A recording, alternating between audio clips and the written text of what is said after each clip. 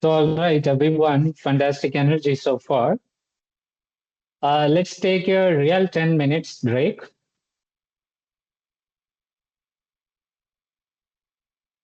Stand up, stretch, grab water, use the bathroom, so refill your coffee. Seriously, get up from the screen, right?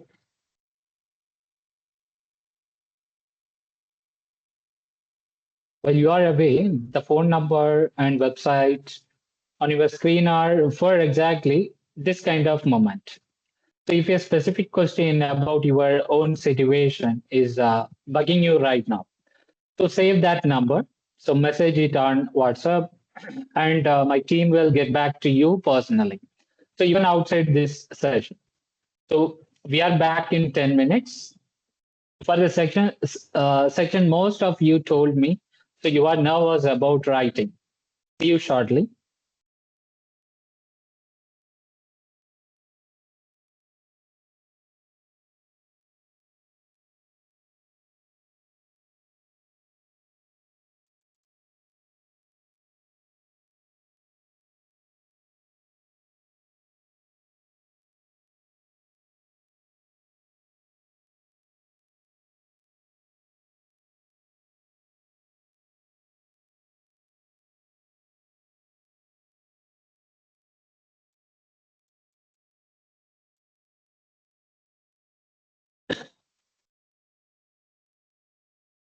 So welcome back, writing.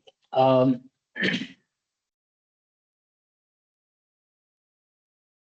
so statistically, the section most candidates find hardest to move, right? But here is the truth I want you to hold on to for the next 45 minutes. So writing is the most learnable section of the entire test.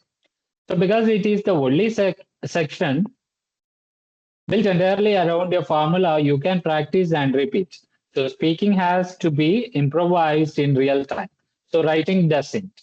So let's break that formula wide open.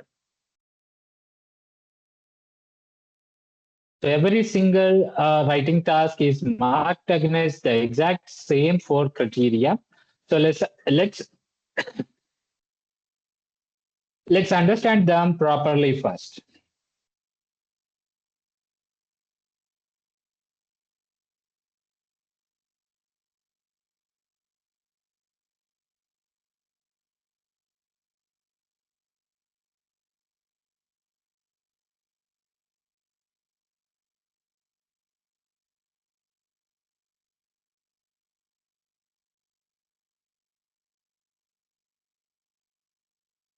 So four criteria, so each worth exactly 25%. So no criterion is more important than another. So which means you cannot write your way out of a weak criterion with a strength in another. So you need baseline competence across all four. So task achievement or a task response for task two, did you actually so answer everything the question asked so fully and accurately? So it trips people. This trips people up constantly.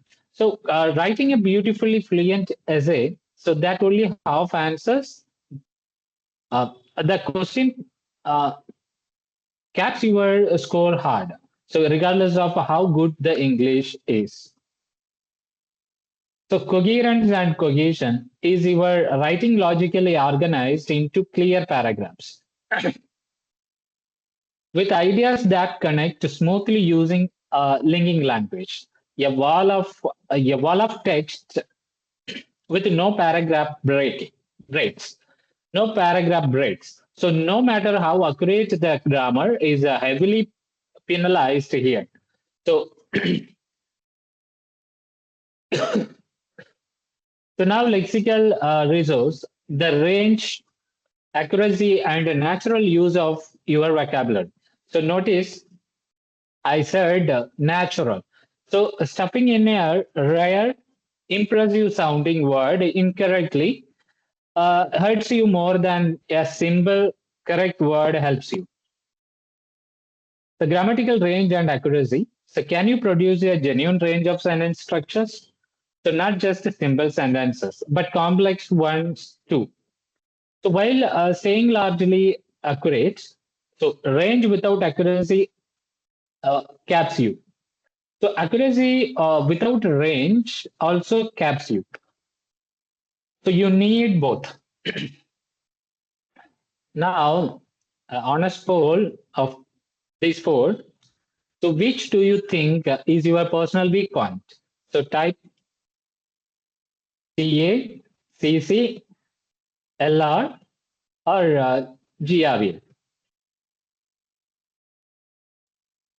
So,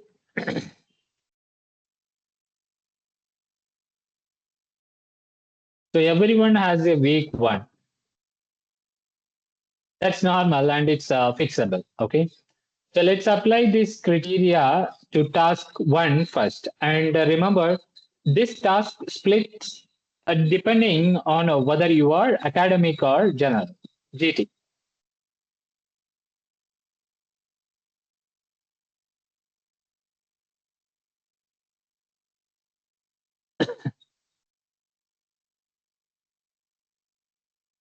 See this? The concise overview for the marking criteria. So 25 percentage each. So task achievement or response. So,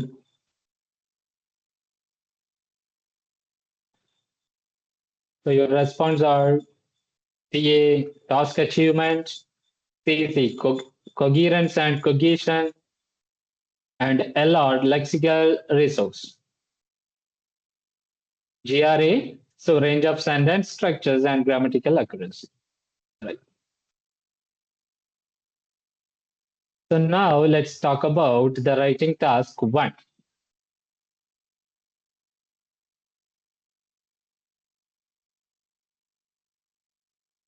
So report versus letter. So academic candidates, you are describing a chart, a graph, a table, a map, or a process diagram. So 20 minutes, minimum 150 words. So the single most important sentence in the entire task is your overview.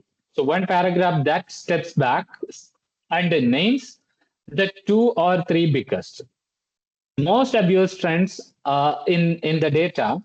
So without listing every single number, so miss the overview. So and you cap your task achievement score no matter how well you describe individual details afterward. So let's practice this live. So imagine the data shows sales rose steadily from 200 units in 2010 to 500 units by 2020. So with a brief dip in 2015. So type 1 overview sentence for that. So right now in chart,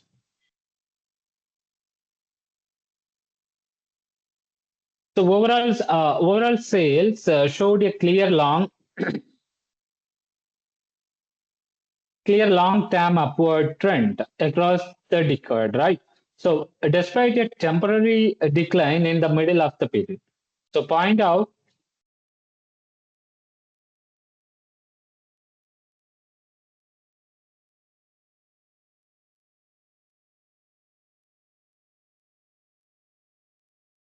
so no exact numbers needed in the overview, just the big picture shape, right? So general training candidates, you are writing a letter, a formal, semi-formal, or informal, depending on who you are addressing. The task always gives you bullet points. So, and here is the single biggest mark losing mistake. So, I see candidates skip a bullet point or address them out of the given order. So, cover every single bullet in the order given. So treat them as your body paragraph plan handed to you for free. So both versions, so minimum 150 words, aim for about 20 minutes. So no more, because task 2 carries more marks and needs more of your time.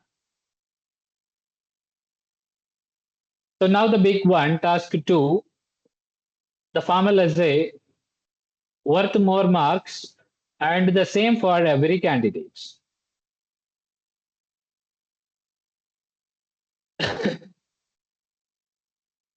Worth for more marks, same for every candidate.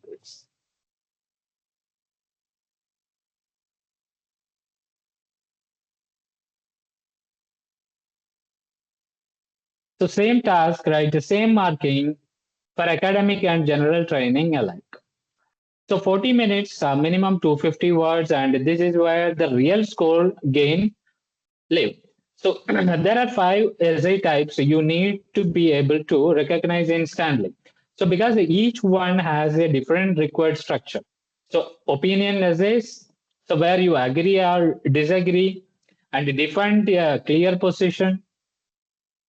So discussion essays, where you discuss both sides of an argument. So usually before giving your own view, advantages or disadvantages essays, problem or solution essays, and two-part question essays. So where you are really answering two separate questions in one response. Now a quick poll. So type A for opinion B, type A for opinion, B for discussion, C for advantages and disadvantages, D for problem or solution, E for two parts. So whichever feels hardest to you right now.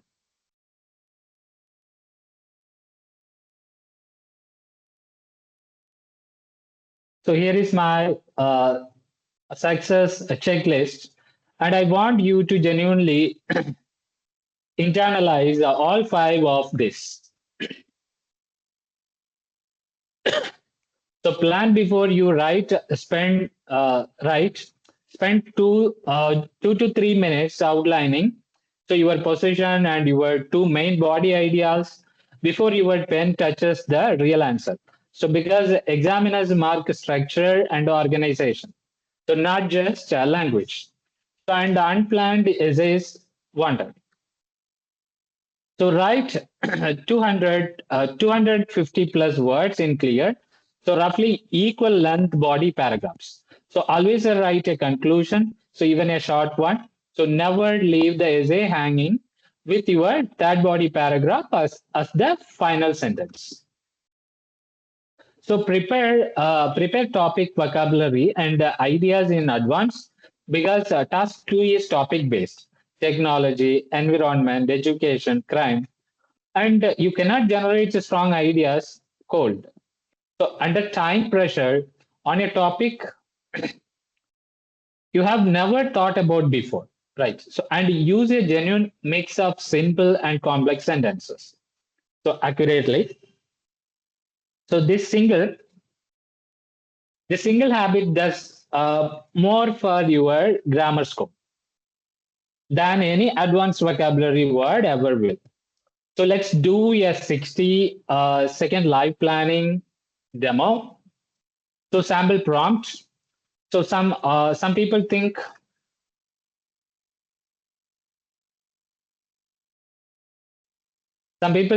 students should choose their own subjects, while others believe school should decide. Discuss both views and your opinion. So in 60 seconds, I'm planning um, paragraph 1, introduction, restate the debates, state my opinion. Paragraph 2, view 1. So student choice increases motivation and engagement. So one example, university preparation.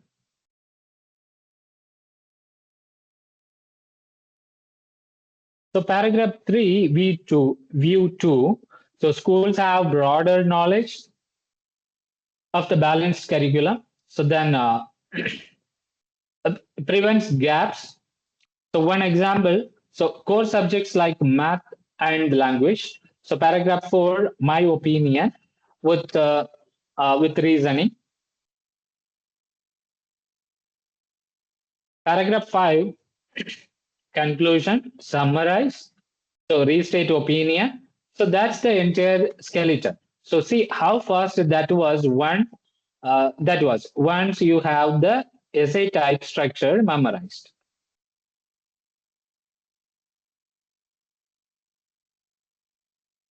So this is precisely the gap between knowing the theory and actually executing it under exam pressure.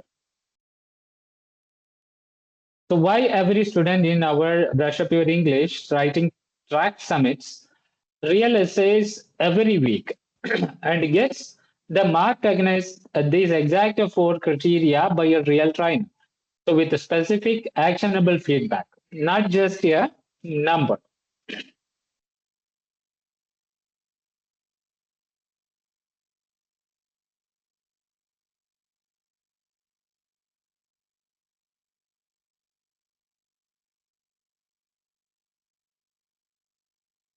So before we move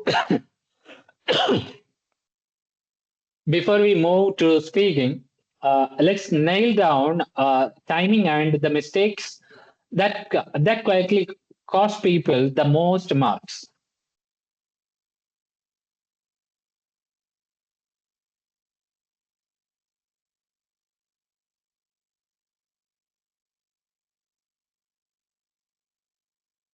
So see this, if you want to capture this, you can capture the slides. So writing, timing and common pitfalls. So already we discussed.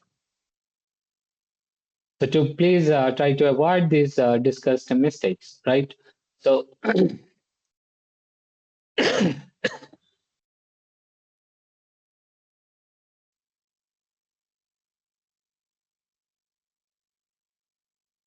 now speaking, so 11 to 14 minutes, okay, 3 parts.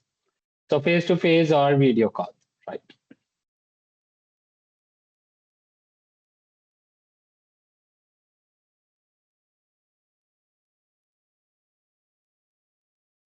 So writing timings and pitfalls. So your 60 minutes splits clearly. So 20 minutes for task one, 40 for task two. Set an internal alarm for this many candidates so who run out of time. So do so because they over invested in task one, which is worth proportionally less. So plan on the actual question paper. So you are allowed to. So there is no separate planning sheet given, and the examiner never sees your plan, only your final essay. So that means your planning notes can be messy, abbreviated, and whatever helps you think, total freedom there. So now the pitfalls. These are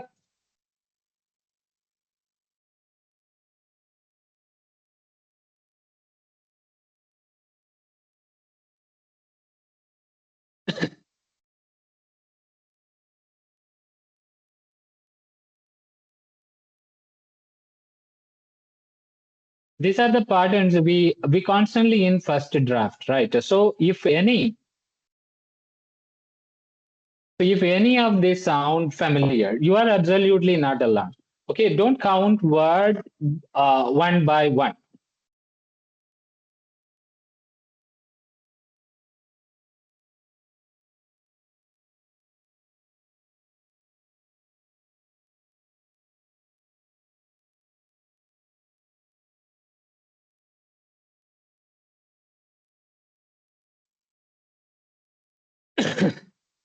So you will waste precious minutes. Instead, learn roughly how many words fit on your typical line.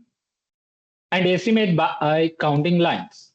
So never mix American and British spelling in the same essay. So pick one system and stay consistent throughout. So both are accepted. So mixing them is not. So don't skip the overview in an academic task one.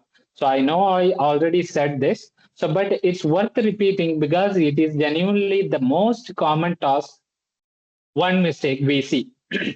So don't ignore a bullet point in a GT letter.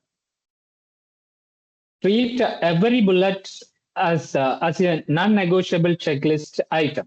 Okay, and remember, so quality beats quantity always. So a tight, accurate 260 word essay consistently outscores a rambling 350 words, one full of repeated ideas and errors.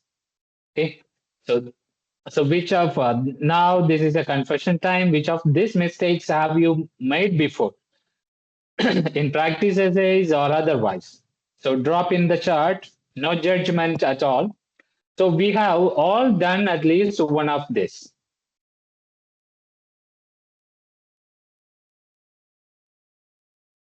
So share genuinely. Even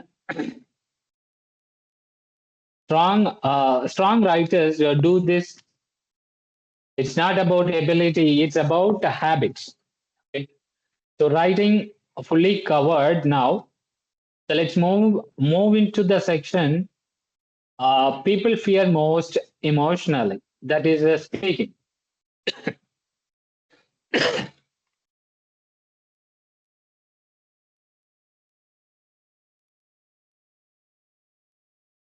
So 11 minutes, 11 to 14 minutes, three parts. Right.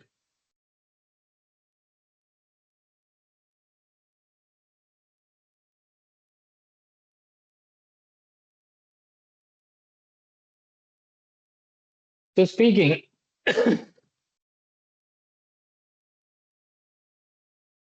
here is the truth about this section that almost nobody tells you clearly enough. So most people don't lose marks here because their English is weak. They lose marks because because of nerves, because of nervous. Okay. So and because they don't understand what actually being measured. So it is not a test of your personality, right? Your confidence and or how smart you sound. So it's a structured conversation with the four specific learnable things being scored. So let's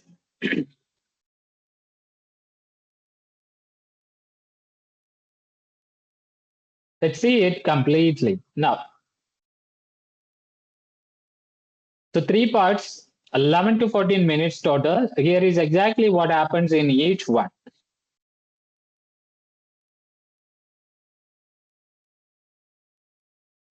See the part one, so introduction and interview, 4 to 5 minutes, right?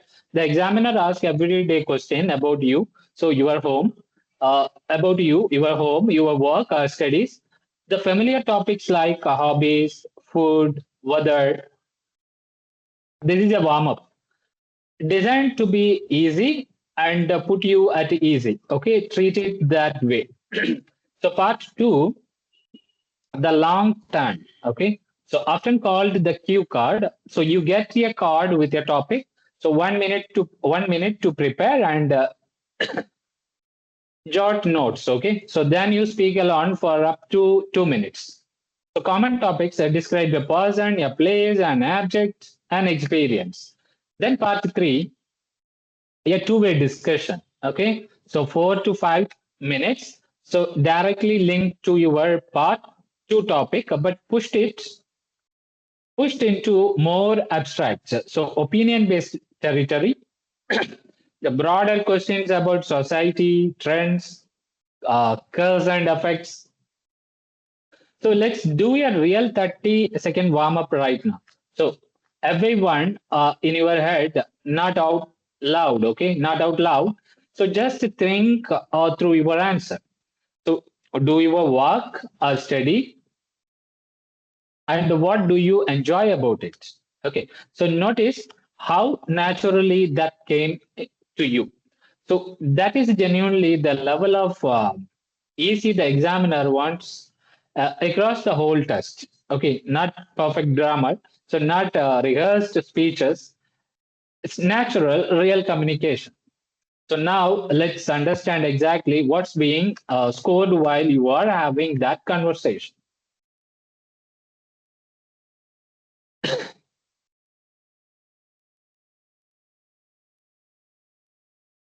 So the four marking criteria is here.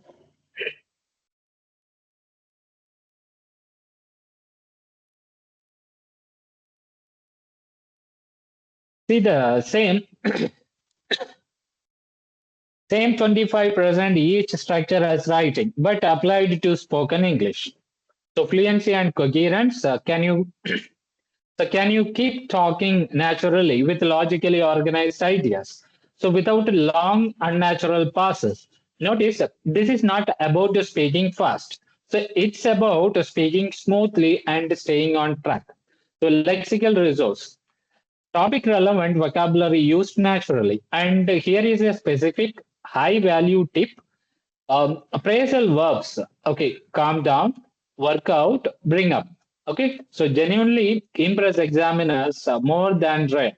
So memorized idioms that often get used slightly wrong or out of context. Okay, grammar range and accuracy. So mixing tenses and sentence structures naturally. So even with a single answer shows genuinely flexibility. So now the pronunciation. And I want to be very clear here. This is about clarity. So not accent. Okay. So British English, American English, a mixed accent, your own natural accent. Okay. So all completely fine. As long as a listener can understand you without strain. Now let's turn all of that into practical tips so you can start using in your very next practice session.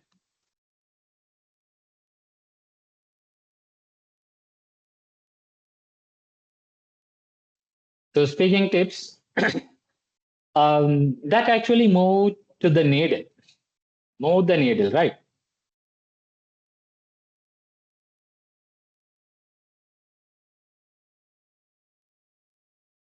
So 8 tips, and I want you to pick just 2 or 3 to actively practice this week. Don't try to fix everything at once. It is an informal conversation, so not an interrogation.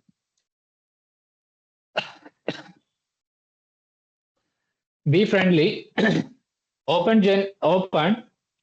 genuinely chatty. So the way you would talk to a new acquaintance. Okay. So answer the question directly, then add an example, a comparison, a bit of extra detail. Okay. So never go silent. There is no situation in this test where staying quiet helps you. So even saying that an interesting question. So let me think for a second. Out loud keeps you actively communicating. So vocabulary is only 25% of your mark. So don't obsess. So don't obsess over sounding impressive. So obsess over sounding clear and natural instant. Okay. So use appraisal verbs over showy idioms. So we just covered why, right? So it's completely fine to ask the examiner to repeat your question. So that costs you nothing. Okay. So in part two, so glancing at your notes is fine. So but keep some eye contact with the examiner too. Okay. So it keeps the ex-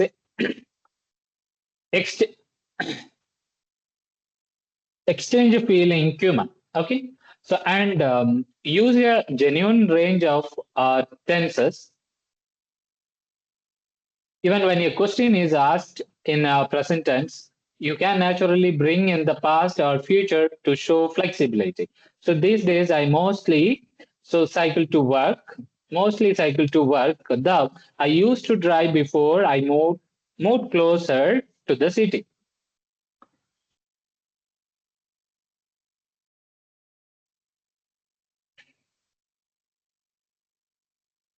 So quick chat game, okay? So drop one phrasal verb you already know and use confidently.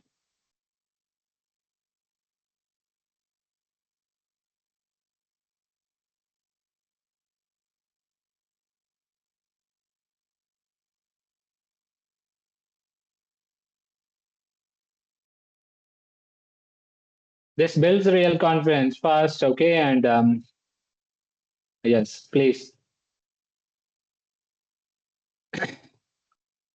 Fine. Very good, guys. So if nervous, okay? So if nervous are your real blocker rather than vocabulary, so and for most people, they genuinely they genuinely are, okay? So that's exactly what our live speaking clubs and mock interview sessions. So with a real trainers are built to fix. So you cannot build speaking confidence by reading about it.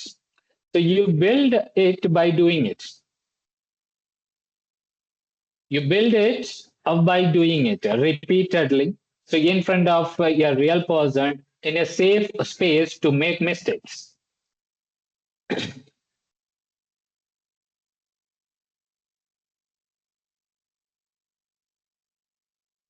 So fantastic work. Okay. So that's all four skills fully covered. So pick uh, 5 minutes to breather. So then we bring it home with on the day strategy and your live questions.